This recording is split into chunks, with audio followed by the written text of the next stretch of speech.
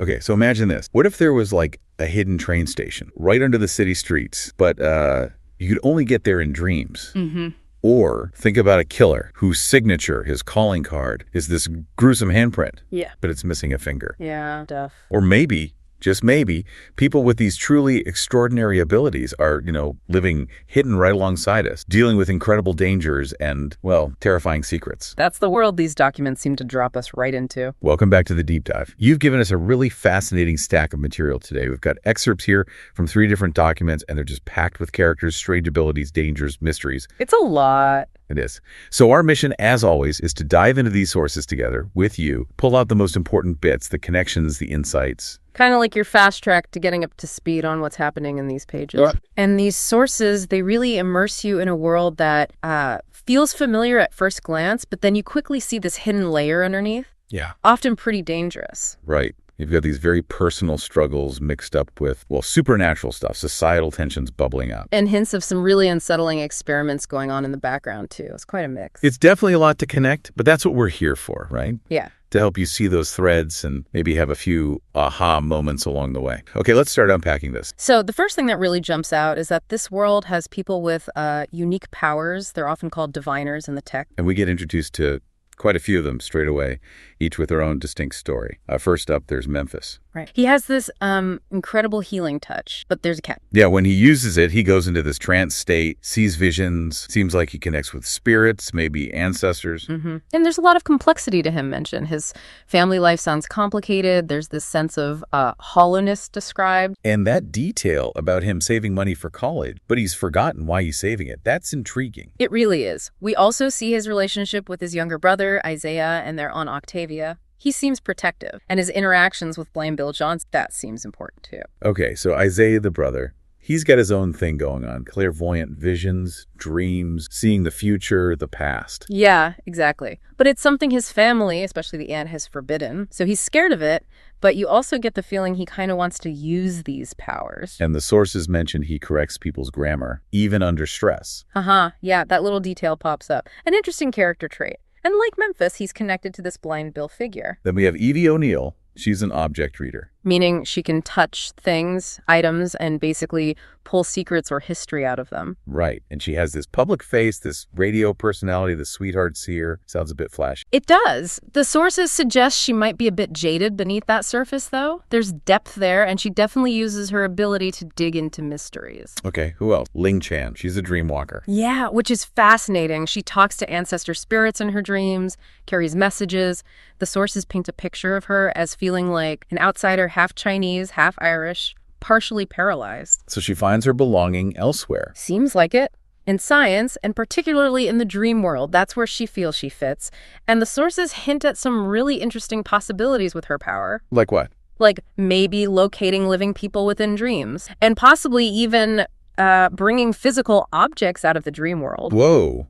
Okay, that definitely pushes the boundaries. It really does. It makes you question what dream walking even fully means in this context. We also meet another dream walker, Henry Dubois. Right, Henry. He's described as musically talented, and he's using his dream walking to search for someone, a man named Louis. And his background. Sings he comes from privilege, but he's estranged from his family, apparently because of his relationship with Louis and choices he's made. Got it. And then there's Theta Knight, Firestarter. Yeah, a pretty destructive power. She's a performer in the Follies. Her personal life sounds tough. Past abusive relationship mentioned with someone named Roy.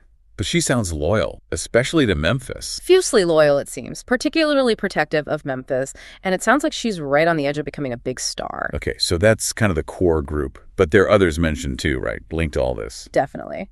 Blind Bill Johnson keeps coming up. He seems to drain energy from people, like Isaiah, maybe trying to get his sight back. And Sister Walker. Yeah, she runs some kind of program, even tutored Isaiah. But then there's this darker side revealed, experimenting on people. Experimenting how? Trying to cultivate powers, it seems. Disturbingly, the sources mention she experimented on immigrants and even, quote, her own people. Adds a layer of complexity to her motives. Wow, okay.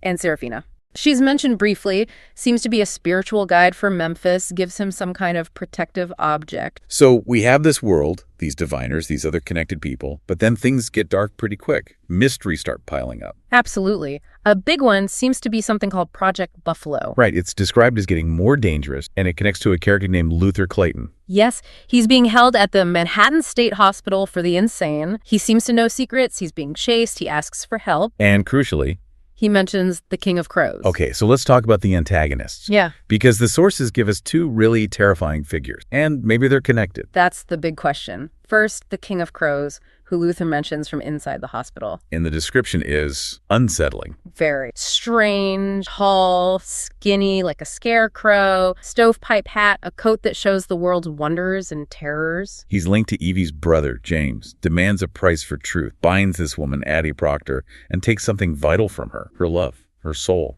Yeah, the wording is ambiguous but chilling, and he appears in these nightmare landscapes, like a wheat field or a nightmare. Okay, nightmare fuel. Then there's John Hobbs, the Pentacle Killer. Right, his signature. Bloody handprints, missing a finger. And the sources give us his backstory. They do. Orphanage, foundry worker, then an embalmer, who apparently sold cadavers. Then he became a spiritualist, ran saints. And he's definitely the It's killer. linked directly to the murders, yeah. One victim even calls him the Beast. So here's the core mystery, right? Luther, in the hospital, points to the King of Crows. Hobbs, the killer, is operating right near that hospital. Exactly. What's the connection? Are they the same being? Is one controlling the other? The sources deliberately leave it hanging. It's terrifying, and it's clearly something the characters have to figure out. It keeps you, the listener, guessing, too. Absolutely. Okay, another really disturbing element in these sources involves Jake Marlowe, the experiment. Yeah. He claims he's isolated a diviner strain, created a purification serum. And the examples given are horrifying. They really are. Injecting someone named Rotke to, quote, cleanse her blood of Jewishness. That immediately links his so-called science to prejudice in a really chilling way. And the Amish. Yeah, this device. Another character, Miriam, claims it's powered by souls, soldiers, diviners, fueled by sin. That's wild, dark. Extremely. And the sources show that other characters, like Will, are completely appalled by Marlowe's act, understandably. Shifting gears a bit, let's talk about the dream world. It seems really significant. Hugely significant. Right. We see Henry using his dream walking to find Louis. And they have this reunion in a dream train station. Yeah, very emotional scene described. But what's fascinating is Ling later discovers this isn't just a dream place, it's real. An abandoned station, the old beach pneumatic transit. Wow, so the dream connects directly to a real forgotten place. That's cool. It's a powerful link between their inner worlds and the physical city. And in that dream, Louis gets to voice his hurt about Henry leaving, about his father's lie. And Ling's dream walking is different, right? More about information. Seems so. She talks to ancestors, gathers clues. The sources really describe her navigating this space, even trying to, change things in the dream. And maybe bring objects out. We mentioned that earlier. Yeah, that possibility is still hanging there. It makes you wonder about the rules, the physics of this dream reality. But it's not all safe travels in dreamland, is it? Definitely not. The sources mention dangers. Waimei fears ghosts in the tunnels, talks about a crying woman. And that really disturbing sequence with George Huang. Right, transforming into some kind of creature in the dream, feeding on someone in a subway tunnel. It shows the dream world isn't just passive. It has its own monsters, its own threats. Okay, so beyond the supernatural and the big mysteries, the sources also spend time on the personal stuff, the relationships, the conflicts. For sure, like Sam and Eevee, their phony romance for the radio. That somehow became real. Yeah. And then painful. Exactly. The sources highlight that dynamic. The con man, the object reader, their public act versus their actual messy feel. And that detail about Sam lifting Jericho's wallet adds another layer. And speaking of Jericho, Eevee has this connection with him too. Right. His secret struggle with polio, his reliance on that dataless program serum. Yeah, there's this intense moment where he apparently breaks restraints to get to Eevee, and she sees this, quote, deep, dark struggle in him. Finds it compelling, but also kind of frightening. Then there's Theta's path, that abusive relationship with Roy. Yeah, it clearly shaped her. And the sources suggest her interactions with Memphis help her realize what love isn't. But that relationship gets dangerous again, right? Roy is ordered to kill Memphis. That's the implication, yeah. Adds serious stakes. Mabel's story's woven in too, part of the Six, relationship with Arthur. Right. We see her thinking about good versus evil, how small acts can grow.